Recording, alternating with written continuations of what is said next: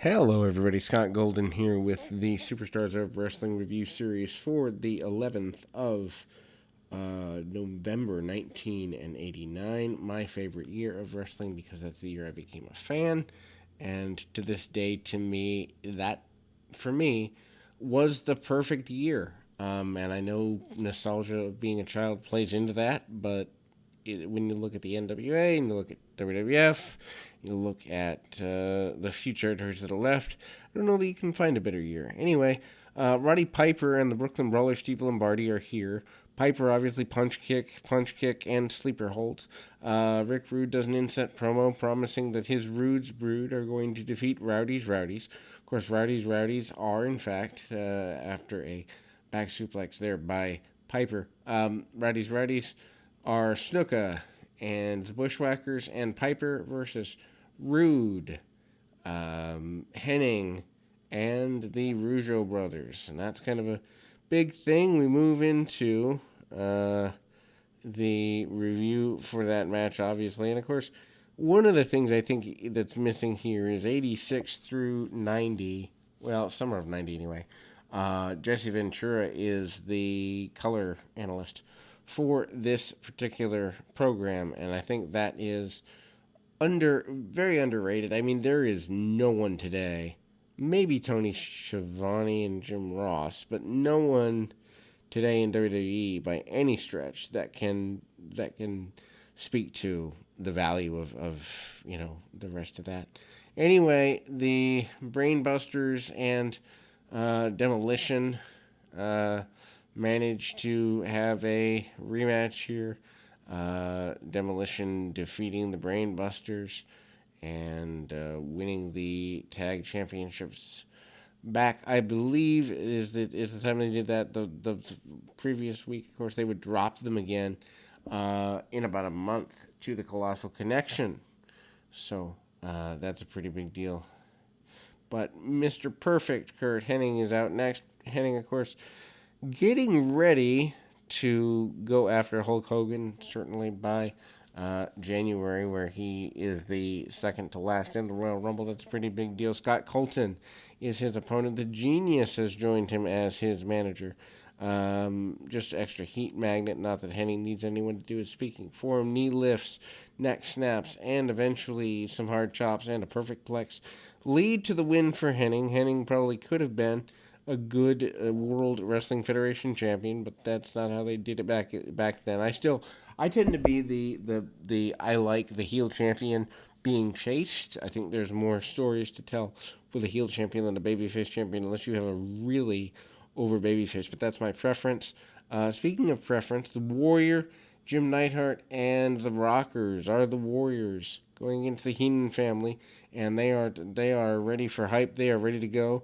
Bushwhackers, speaking of ready to go, are in an enhancement match next up. And, punch, kick, double gut buster, and a battering ram is about all you see out of the Bushwhackers these days.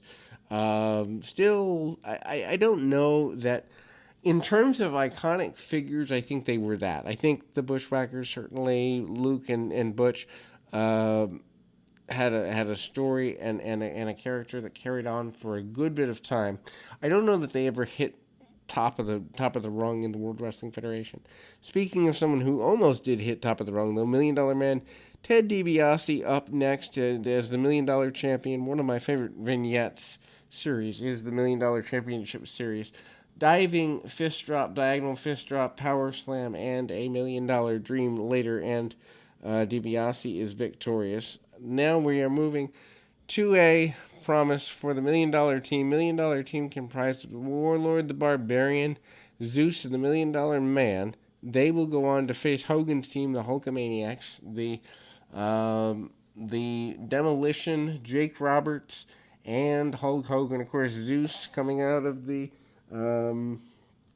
movie No Holds Barred. They were actually going to go with that as a singles match all the way to WrestleMania 6 at one point. Obviously, they thought better of that at a later point. But Hogan wants to get his hands on Zeus here. They do the blow-off for that in December. Anyway, Jimmy Snuka out next with an enhancement match. And Jimmy Snuka at this time, hard to watch. He's not the guy he was in 85, 86, or 84, 85, 83, 84, 85, but more accurately.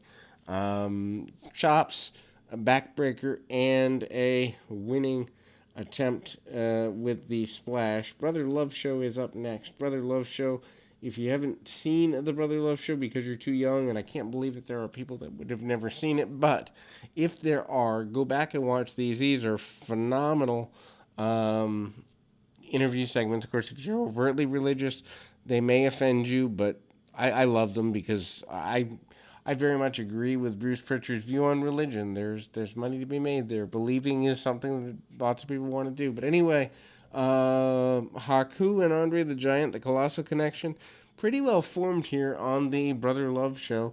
Heenan says they will be tag team champions, and in fact, Heenan, being prophetic, actually gets what he wants about a month later or so. The 4x4s Hercules, Ronnie Garvin, Jim Duggan, and Bret Hart are going into the Survivor Series, as are the Dream Team. This particular Dream Team, a little bit different. Beefcake, Rhodes, Santana, and the Red Rooster. Yes, the Red Rooster. Terry Taylor, big name, babyface at the time. He leaves by early 1990, so lots of people leaving and having some difficulty. On this particular episode, Barry Windham is part of Randy Savage's team, and that is odd because he leaves before the Survivor Series takes place. Mean Gene Okerlund out there for a huge angle, literally. Dino Bravo has been hyped as the world's strongest man for about a year and a half now. Bravo says he can do push-ups with just about anybody on his back. They call a man out of the crowd, which ends up being Earthquake, being at first being called John. John sits on the back of Bravo, and Bravo, in fact, does push-ups with the Earthquake sitting on the back of Bravo. This brings out the Ultimate Warrior to answer the challenge of Bravo, who says that the Warrior can't do that, and the Warrior gets jumped from behind by that bunch and obviously laid out, and Earthquake makes his debut when, in fact, Bravo and Earthquake 2-on-1 the Warrior. Of course, that eventually leads to a major deal in a feud there that I don't know. I mean, could they have known that they were going with Hogan Warrior in November of '89? Probably not. Although maybe they did, and maybe this was a teaser for that. Some hype promos to close out for the Survivor Series, and we'll be back with more action right after this.